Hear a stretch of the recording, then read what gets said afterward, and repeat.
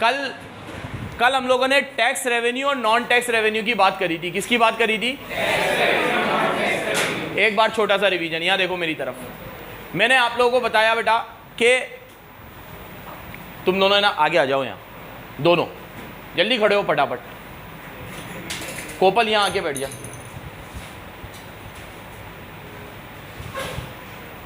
और मैंने पहले भी बोला था, आज भी बोल रहा हूं, जब तक आगे की बेंचेस पूरी ना हो ना, इतना पीछे मत बैठा करो। हाँ, मैंने आप लोगों को लास्ट क्लास में बताया, हाँ यहीं बैठ जा। आप लोगों को लास्ट क्लास में बताया कि मेरी तरफ देखो, दो तरह के रेवेन्यू होते हैं रेवेन्यू रिसिप्ट में, टैक्स और नॉन टैक्स। कल मैंने टैक्स पढ़ा दिया आपको। मैंने आप लोगों को बताया रेवेन्यू रिसिप्ट क्या होती है। Those receipt which neither nor, याद रखना है, which neither reduces asset nor increase liability, जो ना तो एसेट को कम करती है ना लाइबिलिटी को बढ़ाती है। नाइदर नॉर, एसेट को कम भी नहीं करती, लाइबिलिटी को बढ़ाती भी नहीं है, तो वो कहलाती है revenue receipt. Neither reduces asset nor increase liability, ना लाइबिलिटी को बढ़ाती है ना एसेट को। मैंने कल ये भी बताया, इससे अच्छी दुनिया में कोई रिसिप्ट नहीं हो सकती। हर इंसान चाहेगा, हर गवर्नमेंट चाहेगी उसके बाद रेवेन्यू रिसिप्ट आए। आज अगर मैं ये कोचिंग को बेच के पैसे ला रहा हूं तो कोई अच्छी बात थोड़ी है, उधार मांग के ला रहा हूं वो भी अच्छी बात नहीं है, लेकिन फीस से मेरे पास आ रहा है तो वो तो बहुत अच्छी बात है, क्योंकि फीस आने से ना तो मेरी एसेट कम हो रही है ना लाइबिलिटी। तो मैं भी कौन सी रिसिप्ट चाहूंगा अपनी जिंदगी में? Revenue receipt. सरकार भी कौन सी रिसिप्ट चाहेगी? सरकार के लिए सबसे प्यारी रिसिप्ट कौन सी है? रेवेन्यू रिसिप्ट, क्योंकि ये ना तो एसेट को कम करती है ना लाइबिलिटी को बढ़ाती है। ये एक एक बच्चे को लर्न हो गया होगा। रेवेन्यू रिसिप्ट दो प्रकार की होती है, टैक्स और नॉन टैक्स। टैक्स के अंदर दो आता है, डायरेक्ट टैक्स और इनडायरेक्ट टैक्स। मैंने कल आपको डिफरेंस बिटवीन वॉम में दोनों समझाए थे, एक बार रिकॉल करके आगे बढ़ेंगे। मेरी तरफ देखो, डायरेक्ट टैक्स वो होता है इन विच लाइबिलिटी टू पे tax and burden of tax fall on same person, and indirect tax वो होता है जिसमें लाइबिलिटी टू पे tax and burden fall on different person. आज अगर मेरे को इनकम टैक्स जमा कराना है तो लाइबिलिटी भी मेरी, बर्डन भी मेरा, तो it fall on me only, तो वो कौन सा टैक्स हुआ? Direct tax. जीएसटी जमा कराना है तो बर्डन आप पे आएगा, लाइबिलिटी मेरे पे आएगी। लाइबिलिटी मेरे पे कैसे आएगी? सरकार बोलेगी तेरा टर्नओवर 20 लाख से ज्यादा है, जीएसटी जमा करा, तो मैं क्या करूंगा? आपकी फीस में जीएसटी जोड़ दूंगा। बर्डन आप पे आ गया, लाइबिलिटी मेरे पे आई, लाइबिलिटी मेरे पे, बर्डन आप पे, तो ये कौन सा टैक्स हुआ? Indirect tax. तो पहला तो डेफिनेशन, बर्डन और लाइबिलिटी वाला पॉइंट। दूसरा एग्जांपल, ये इनकम टैक्स, यहाँ जीएसटी। तीसरा, ये प्रोग्रेसिव नेचर का टैक्स है, इनकम बढ़ने के साथ डायरेक्ट टैक्स का बर्डन बढ़ता है। ये रिग्रेसिव नेचर का टैक्स है, इनकम बढ़ने के साथ बढ़ता नहीं है, कभी कभी कम हो जाता है। नोट्स में लिखा हुआ है इनकम बढ़ने के साथ ये कम हो जाता है। तो कुछ बच्चों ने पूछा कल, काफी सारे बच्चों ने, सर ये क्या लिखा हुआ है? गलत नहीं लिखा हुआ, बिल्कुल सही लिखा हुआ है। कैसे? जीएसटी में कई कई जगहों पर ऐसे प्रोविजन है जहां पर आप इतना इतना प्रोडक्शन करोगे ना तो रेट भी कम हो जाएगी, अमाउंट भी कम हो जाएगा और आपको बेनिफिट मिलेगा। ऐसी कोई चीज इनकम टैक्स में कभी नहीं हो सकती। इनकम टैक्स पूरा खंगाल लो, पूरा। आपने तो अभी पढ़ा नहीं है, लेकिन भविष्य में पढ़ोगे इनकम टैक्स। किसी भी फील्ड में जाओगे, सीए, सीएस, बीकॉम, एमकॉम, कुछ भी करोगे लाइफ में, इनकम टैक्स तो जरूर पढ़ोगे। कॉमर्स लिए आपने तो, जैसे आपने अकाउंट्स पढ़ी है वैसे आप इनकम टैक्स भी आगे कभी ना कभी पढ़ोगे, और जीएसटी भी पढ़ोगे। जब आप इनकम टैक्स पढ़ोगे तो आपको पता चलेगा इनकम टैक्स के प्रोविजन को ऐसे बनाया गया है कि जैसे जैसे मेरी इनकम बढ़ेगी तो मेरा टैक्स का बर्डन भी बढ़ेगा। कम तो हो ही नहीं सकता, किसी भी हालत में बढ़ेगा। और एक समय ऐसा आएगा, अगर मैं 1 करोड़ के ऊपर कमा रहा हूं तो 40% के आसपास मुझे टैक्स देना पड़ेगा। जो टैक्स 5% से शुरू होता है ना, इनकम टैक्स का मिनिमम रेट है 5%, 5 से बढ़ बढ़ के वो 40 तक चला जाएगा। जीएसटी में ऐसा नहीं है। जीएसटी में अगर मेरे पे एक बार 5% लग गया मेरी गुड्स पे तो 5 ही लगेगा, मेरी सर्विस पे 12 लग गया तो 12 ही लगेगा। और उल्टा कहीं कहीं पे ऐसा प्रोविजंस है जहां पे आप इतना प्रोडक्शन करो, इतना काम करो, इस स्केल तक पहुंचो तो रेट बढ़ने की बजाय और कम हो जाएगी। तो ये रिग्रेसिव नेचर का है। कैसा है? और ये प्रोग्रेसिव नेचर का है। कैसा है? प्रोग्रेसिव। फिर चौथा मैंने बताया था, इसका बर्डन रिच सेक्शन पे आता है, इसका burden rich section, poor section दोनों पे आता है। पांचवा मैंने बताया था, ये एक प्रकार का अनअवॉइडेबल टैक्स है और ये अवॉइडेबल टैक्स है। ठीक है, ये कौन सा है? अनअवॉइडेबल, और ये अवॉइडेबल है।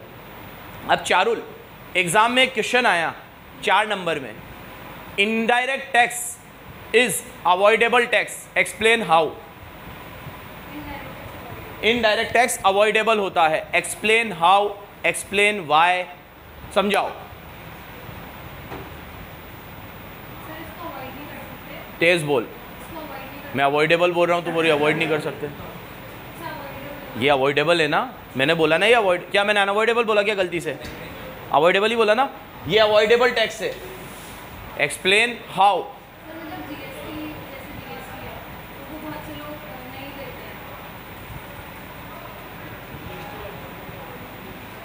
तू बता खुशी, तेज बोल थोड़ा।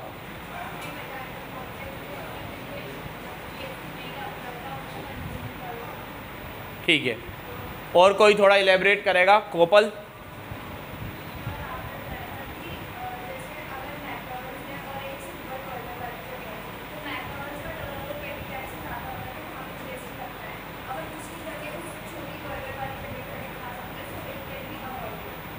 ठीक है, तुम लोग एग्जाम्पल सारे सही बोल रहे हो, लेकिन पहले तुम्हें इसके अंदर का मतलब समझाना है। वो कैसे समझाओगे? तुम्हारी लैंग्वेज में ही। Indirect tax is avoidable tax because we can avoid those goods and services on which indirect tax have been levied by government, and instead of that we can consume those goods and services on which GST is not applicable. फिर तुम example से समझाओ। कभी भी कोई भी line exam में याद रखना, एग्जाम्पल से शुरू मत करना, बहुत गंदा इंप्रेशन जाएगा चेक करने वाले पे। अब जो मैंने तुम्हें मैकडोनल्ड का एग्जाम्पल दिया वो तुम लिख सकते हो कॉपी में, वेल एंड गुड है वो, कोई दिक्कत नहीं है।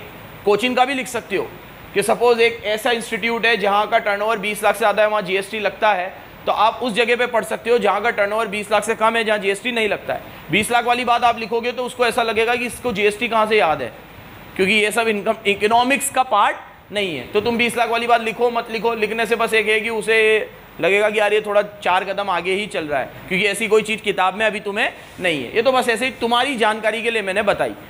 तुम लोग डायरेक्ट लिख सकते हो कि तुम वो गुड्स एंड सर्विसेज को कंज्यूम करो जहां GST लगता है, नहीं लगता है। वो गुड्स एंड सर्विसेज कंज्यूम मत करो जहां GST लगता है। अगर तुम्हें GST अवॉइड करना है तो जहां जहां मेरे मुंह से GST निकल रहा है ना, वहां वहां तुम इनडायरेक्ट टैक्स लिखोगे। क्या लिखोगे? तुम GST नहीं लिखोगे, तुम क्या लिखोगे? तो इनडायरेक्ट टैक्स को अवॉइड किया जा सकता है। आप वो गुड्स एंड सर्विसेज को कंज्यूम करो जिस पे इनडायरेक्ट टैक्स नहीं लगता है, और वो गुड्स एंड सर्विसेज को कंज्यूम मत करो जिन पे इनडायरेक्ट टैक्स लगता है। तो ये अपने आप अवॉइड, लेकिन ये तो कभी भी अवॉइड नहीं हो सकता क्योंकि ये इनकम पे लगता है। तो कोई ये बोले मेरे को इनकम टैक्स नहीं देना तो मैं कमाना छोड़ दूं, ऐसा थोड़ी होगा।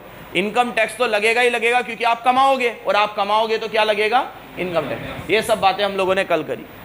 यहाँ तक क्लियर है? ये पूरा डायरेक्ट टैक्स और इनडायरेक्ट टैक्स मैं आपको कल पढ़ा चुका। ये डायरेक्ट टैक्स इनडायरेक्ट टैक्स किस में आता है मेरे बच्चों? अब रेवेन्यू रिसिप्ट में सरकार ने टैक्स से तो कमा लिया, कि सरकार सिर्फ टैक्स से ही कमाती है? सरकार नॉन टैक्स से भी कमाती है। किससे कमाती है? टैक्स के अलावा जो रिसिप्ट है वो सब मैंने किस में डाल दी? नॉन टैक्स में। कम से कम गवर्नमेंट के पास 100 से ज़्यादा जगह से पैसा आता है। कितनी जगह से? जब हम लोग ये चैप्टर कंप्लीट होने के बाद रियल वाला बजट डिस्कस करेंगे तो मैं तुम्हें बताऊंगा वो 100 जगह, 100 तो बता नहीं पाऊंगा, बस ऐसे ही रीड करूंगा। तो उसमें से तुम्हारे कोर्स में सिर्फ ये 6 है। तो टैक्स से सरकार का पैसा आता है 2 जगह से, डायरेक्ट टैक्स और ये बजट में भी यही है। मैं तुम्हारे चैप्टर खत्म होने के बाद इस साल का बजट डिस्कस करूंगा, कौन सा? 22-23 का, जो फरवरी में आ चुका है। तो फरवरी में जो बजट आया ना, उसके अंदर 22-23 में सरकार के पास कितना बजट रखा है सरकार ने डायरेक्ट टैक्स इनडायरेक्ट टैक्स में, वो अपन डिस्कस करेंगे चैप्टर के बाद, ठीक है? तो टैक्स रिसिप्ट में आपको बता रहा हूँ, नॉन टैक्स के अंदर तो इतना है कि मैं बता भी नहीं पाऊंगा, रीड भी नहीं कर पाऊंगा। तो आपको तो सिर्फ अभी 6 चीजें हैं वो देखो। नॉन टैक्स के अंदर पैसा आता है सबसे पहले सरकार के पास इंटरेस्ट। सरकार ने किसी गवर्नमेंट को, किसी दूसरे देश को, किसी बैंक को, किसी इंडिविजुअल को लोन दे रखा होता है। सरकार ने लोन दे रखा है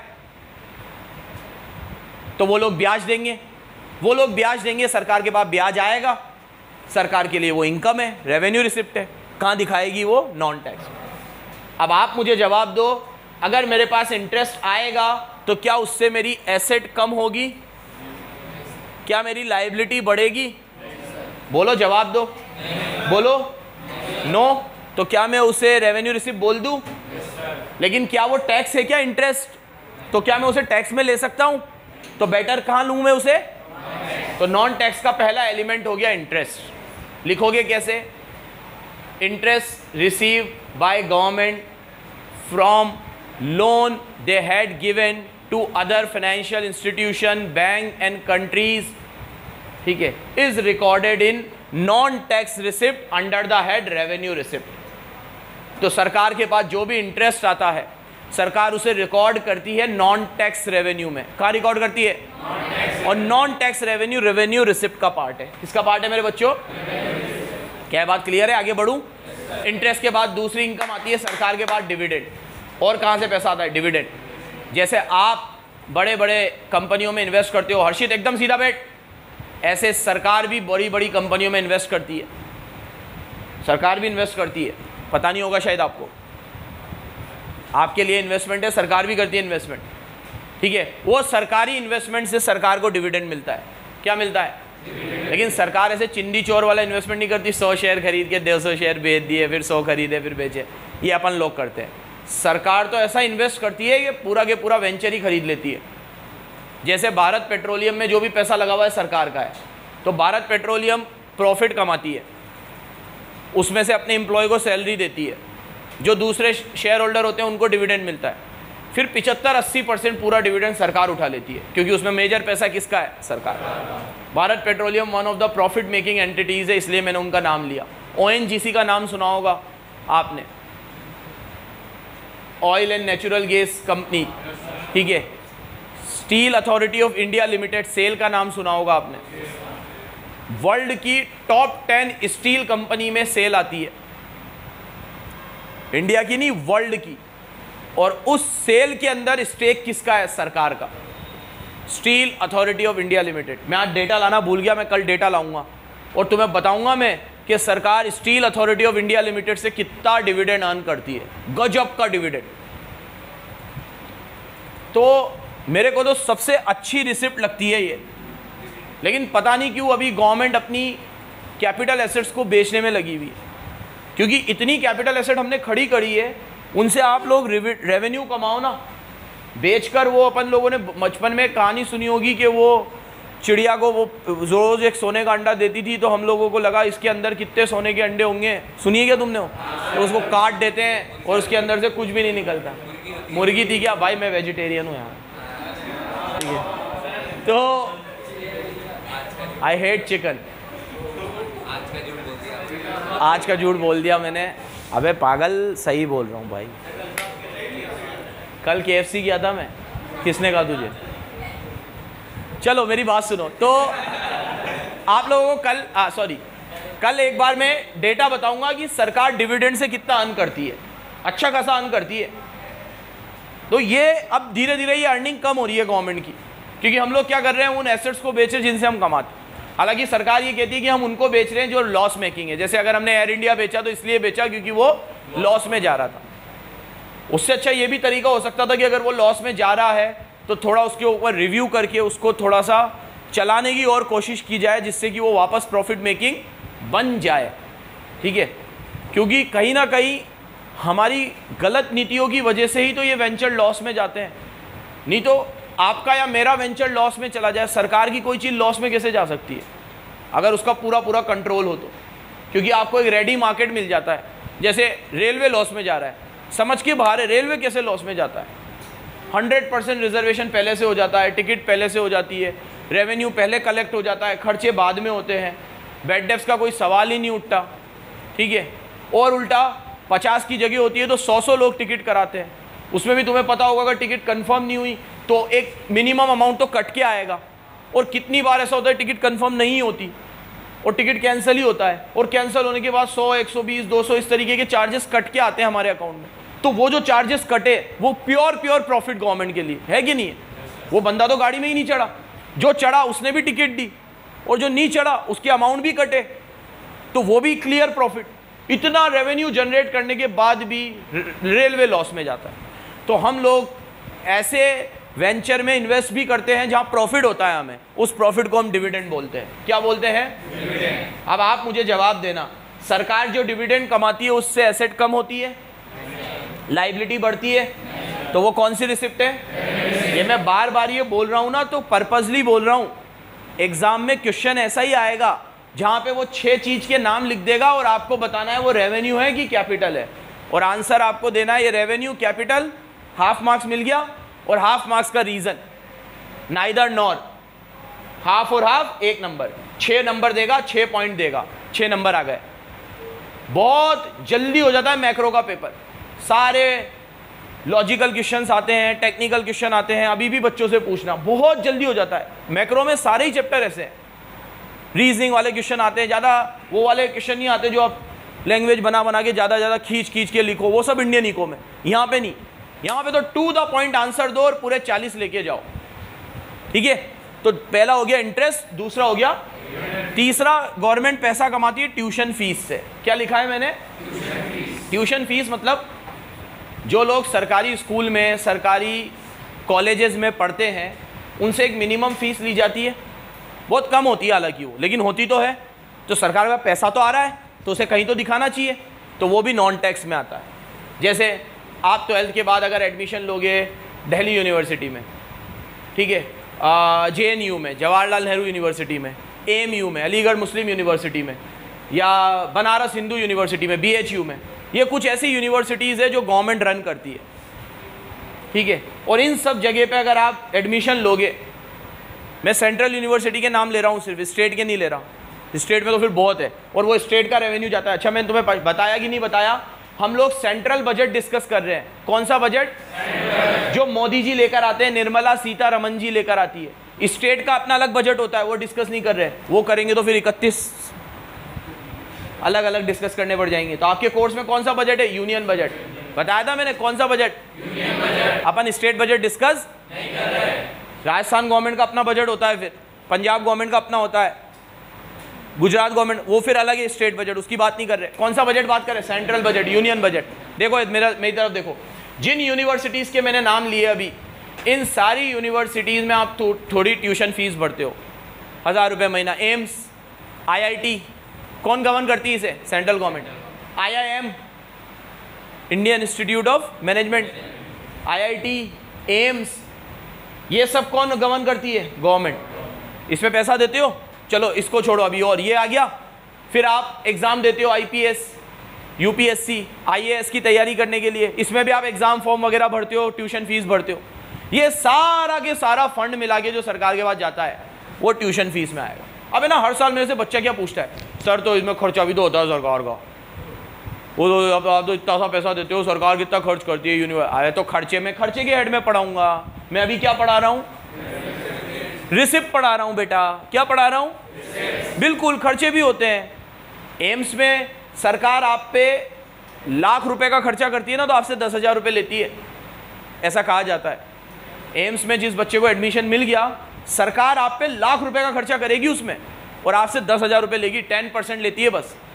इसीलिए तो मेडिकल स्टूडेंट का ड्रीम होता है कि कैसे भी नीट का एग्ज़ाम दो, सिलेक्शन हो जाए और हमें क्या मिले? एम्स। मैथ्स वाले बच्चे का भी ड्रीम होता है कि हम लोग IIT क्लियर करें और हमें IIT मिले। तो इसीलिए तो, क्योंकि वहाँ सिर्फ 10,000 सीट है, 10 लाख बच्चे एग्ज़ाम देगा, और वो 10,000 सीट एक बार आपको मिल गई तो वहाँ का जो खर्चा है वो नेग्लिजिबल है, क्योंकि मैक्सिमम खर्चा वहाँ कौन उठाती है? सरकार उठाती है। तो ये बात बिल्कुल सही है कि वहाँ पे जो आप पैसा देते हो वो खर्च भी होता है। खर्चे की बात खर्चों में करेंगे, एक्सपेंडिचर में। मैं अभी रिसिप्ट पढ़ा रहा हूँ बेटा। तो रेवेन्यू रिसिप्ट में तीसरा आ गया ट्यूशन फीस। ट्यूशन फीस के साथ और अदर रिसिप्ट भी होती है, वो बता दूं मैं। जैसे अभी आपका चालान वालान कट गया, पैसे दिए आपने, हाँ, अब्दुल्ली सर का कट गया, 100 रुपये का या 1000 रुपये का? 100। हाँ, 100 तो ठीक है, 1000 वाले में पिक्चर बनती है। तो भाई इस तरीके से आपकी और दूसरी रिसिप्ट होती है। और आपने सुना होगा, अपन लोग कोई भी किसी के ऊपर कोई केस वेस चल रहा हो तो उसे बेल करवानी पड़ती है, वो बेल में पैसा देता है। ऐसे छोटे मोटे रिसिप्ट मिलाकर भी सब गवर्नमेंट का पैसा आता है, तो वो सब tuition fees and other receipt में डाल देना आप। मैं फिर बोल रहा हूँ 100 से ज़्यादा है, ये कोर्स में सिर्फ 6 है। चौथी रिसिप्ट जो सरकार के पास आती है वो एस्चेट। क्या होती है? नाम बराबर सुनना, एस्चेट, ESCHET। एस्चेट का मतलब होती है, मेरी तरफ देखो, सरकार के पास एक बहुत अच्छा फंड होता है एसेट, जिसमें उन लोगों का पैसा जमा होता है जिनके कोई लीगल रिप्रेजेंटेटिव नहीं होते। जिसका कोई नहीं है उसकी सरकार है। तो अगर कोई बंदा अपनी प्रॉपर्टी रख के मर गया और उसका कोई लीगल हायर नहीं है, वारिस नहीं है, तो पूरा पैसा बेचारी भोली भाली सरकार खुद ले लेती। भोली भाली सरकार को ये लगता है कि एक बेचारा का कोई नहीं है, अब ये मर गया, इस सारी प्रॉपर्टी का ये क्या करेगा बेचारा, लाओ हमें दे दो।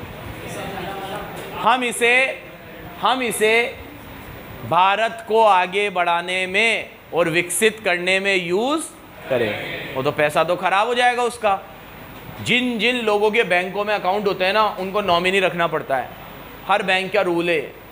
अब जो लोग नॉमिनी नहीं रखते हैं और वो कल खुदा ना खास्ता उन्हें कुछ हो गया, तो पैसा बैंक अपने पास नहीं रखती, सरकार के पास चला जाता है वो पूरा पैसा मरते ही।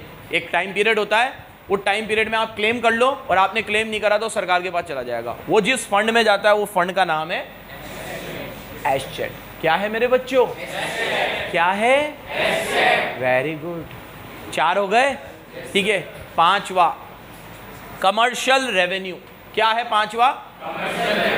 कमर्शियल रेवेन्यू का मतलब है बेटा, आप लोगों ने देखा होगा घर वर के प्रॉपर्टी के पेपर बनाते हो तो आपको स्टैम्प लगानी पड़ती होगी। 100 रुपये की स्टैम्प, 500 रुपये की स्टैम्प, कोई भी तरह का एग्रीमेंट बनाओ, 1000 रुपये की स्टैम्प। अभी तो गवर्नमेंट ने बहुत बढ़ा दी है स्टैम्प। पहले जो एग्रीमेंट 100 रुपये की स्टैम्प पे हो जाता था वो 500 रुपये की स्टैम्प पे होता है। जो एग्रीमेंट 500 रुपये की स्टैम्प पे हो जाता था वो 1000 रुपये की स्टैम्प पे होता है। और स्टैम्प एक कागज़ का टुकड़ा है बस।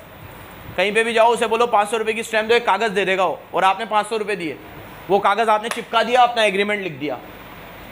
अब उसको तो 1000 रुपये मिल गए, वो 1000 रुपये उसके नहीं है, वो दुकान वाले के, वो तो 10 रुपये कमाता है उसमें बस। वो पूरे 1000 रुपये सरकार के खजाने में जाते हैं।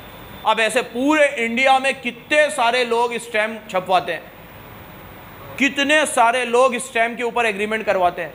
अरबों खरबों रुपए का सरकार का खजाना कहाँ से आ जाता है? Commercial revenue.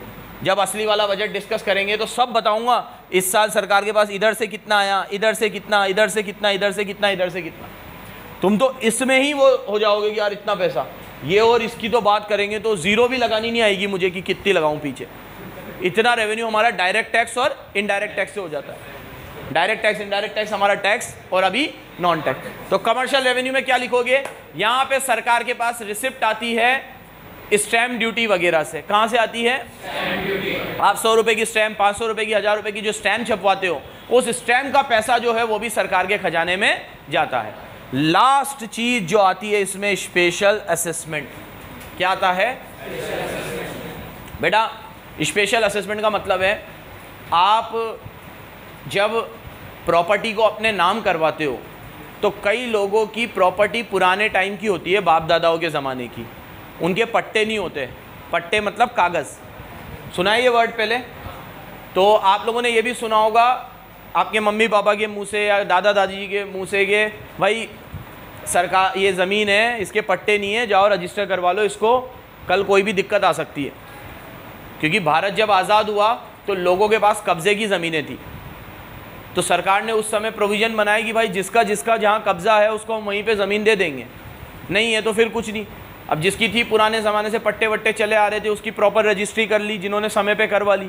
कुछ ऐसे लोग हैं जिन्होंने आज तक भी नहीं करवाई, तो कभी उनके यहाँ पे कभी कोई दिक्कत आई तो फिर वो जिम्मेदार होंगे, लेकिन करवा लेनी चाहिए। तो जब आप वो ज़मीन रजिस्ट्री वगैरह करवाने जाते हो तो सरकार प्रॉपर्टी की वैल्यू के हिसाब से आपसे पैसे लेती है, उसको स्पेशल असेसमेंट कहते हैं। और वो प्रॉपर्टी की वैल्यू भी आप ही डिसाइड करते हो। डीएलसी की रेट होती है, वो रेट और आपकी रेट के हिसाब से एक वैल्यू डिसाइड होती है। हर कोई चाहता है कि वो वैल्यू कम डिसाइड करे, क्योंकि उसका फिर टैक्स भी कम आएगा, क्योंकि वो परसेंटेज में लगता है। आज जैसे मेरा घर है और वो मैंने जिससे लिया है, अब वो अगर मेरे से 30 लाख रुपए लेगा तो मैं उसे बैंक में 20 लाख रुपए दे दूंगा और बोलूँगा ये 20 लाख का है, तो उसकी रजिस्ट्री 20 लाख पे हो जाएगी। और फिर उसकी वैल्यू भी मैंने कम कर दी 2% बचाने के चक्कर में, क्योंकि 2% लगेगा वहाँ पे। तो वो 2% जो सरकार को मिलेगा वो कहलाता है स्पेशल असेसमेंट। अब ऐसे कितनी सारी प्रॉपर्टियों का सरकार साल भर में वैल्यूएशन करती होगी और कितना सारा फंड यहाँ से भी जनरेट होता होगा। ये कुल मिला के मैंने आपको सारी रेवेन्यू रिसिप्ट पढ़ा दी। दो तरीके से रेवेन्यू रिसिप्ट में पैसा आता है, टैक्स रेवेन्यू एंड टैक्स में दो होते हैं, डायरेक्ट टैक्स और नॉन टैक्स में 6 होते हैं। पहला इंटरेस्ट, दूसरा डिविडेंड, तीसरा ट्यूशन फीस, चौथा एश चेक, पांचवा कमर्शियल रेवेन्यू और लास्ट स्पेशल असेसमेंट। एक बार नोट्स में पढ़ लो, यही लिखा हुआ है, फिर आगे देखते हैं। पॉज कर दो बेटा, पॉज ही करना। आपको ये 6 चीज़ें नोट्स में दिख ही रही होंगी। आपको मैंने कमर्शियल रेवेन्यू में जो स्टैम्प के बारे में बताया, इसने स्टैम्प के अलावा दूसरी चीज़ें भी ली है, जैसे पोस्टेज, इलेक्ट्रिसिटी में फिक्स चार्जेस होते हैं वो। कमर्शियल रेवेन्यू मतलब सरकार आपको कोई चीज़ देकर पैसे ले रही है, कोई भी गुड्स देकर या कोई भी सर्विस देकर। अब आप बोलोगे सर वो स्टैम्प में तो सिर्फ वो स्टैम्प कागज़ दे देती है, दे तो रही है ना।